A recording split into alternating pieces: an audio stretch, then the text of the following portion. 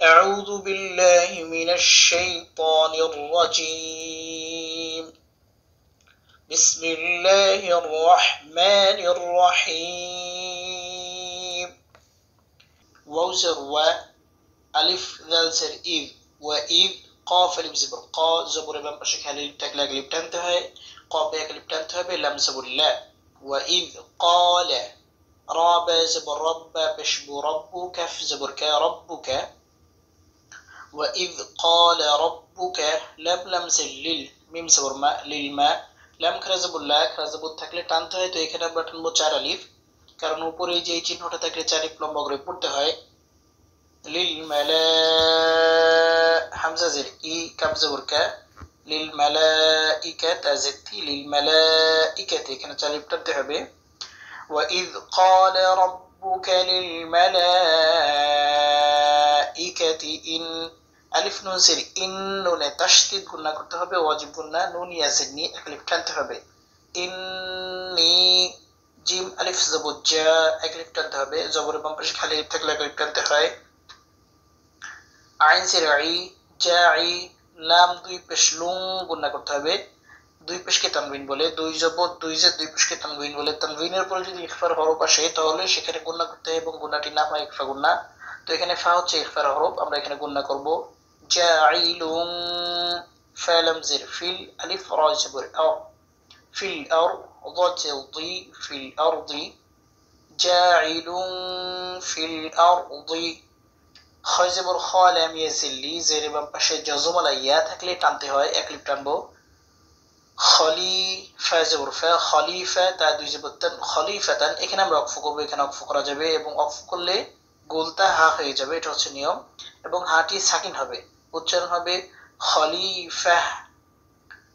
وإذ قال ربك للملائكة إني جاعل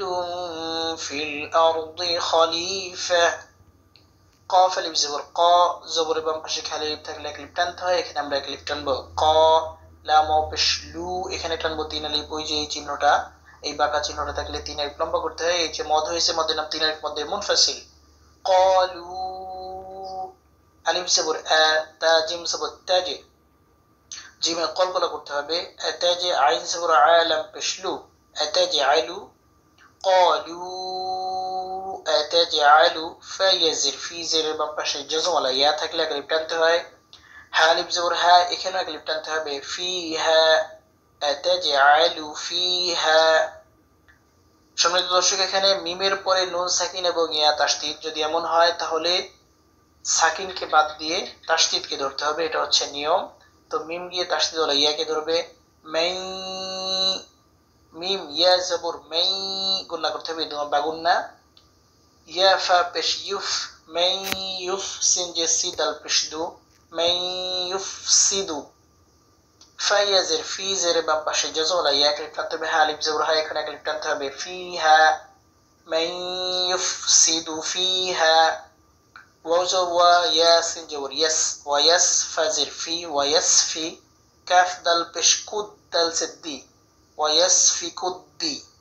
মিম আলিফ জবর মা এখানে টানতে হবে 4 আলিফ উপরে যে এই মোটা এটা চিহ্নটা থাকলে 4 আলিফ টেনে পড়তে হয় হামজা জবর আ দিমা আমরা কিন্তু এখানে অফ করব এবং অফ করলে হামজাটা সাকিন হয়ে যাবে উচ্চারণ হবে দিমা এরকম একটা খোট দিতে হবে হামজা বুঝাতে হবে قالوا أتجعل فيها من يفسد فيها ويسفك الدماء 4 আলিফ লম্বা করতে হবে এখানে যে মদ হয়েছে মদের নাম 4 আলিফ মধ্যে মুত্তাসিল ووزر ونون حزب النح ونحن بشنو ونحن نون بشنو سين بازب السب نسب بازربي نسبي ونحن نسبي حبشحو ونحن نسبح بازربي حاميم زبر حمد الزدي بحمدي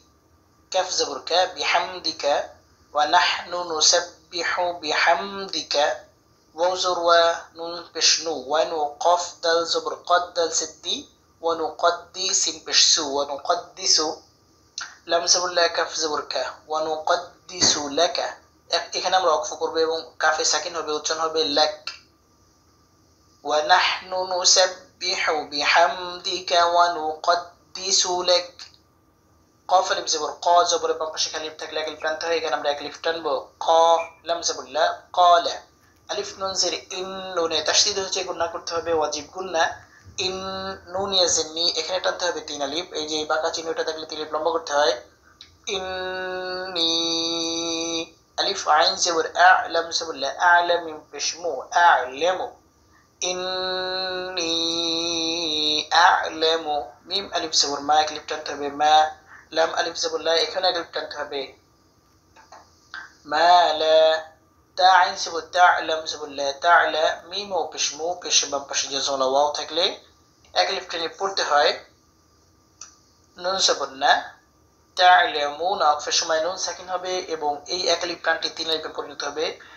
উচ্চারণ হবে তা'লামুন। قال إني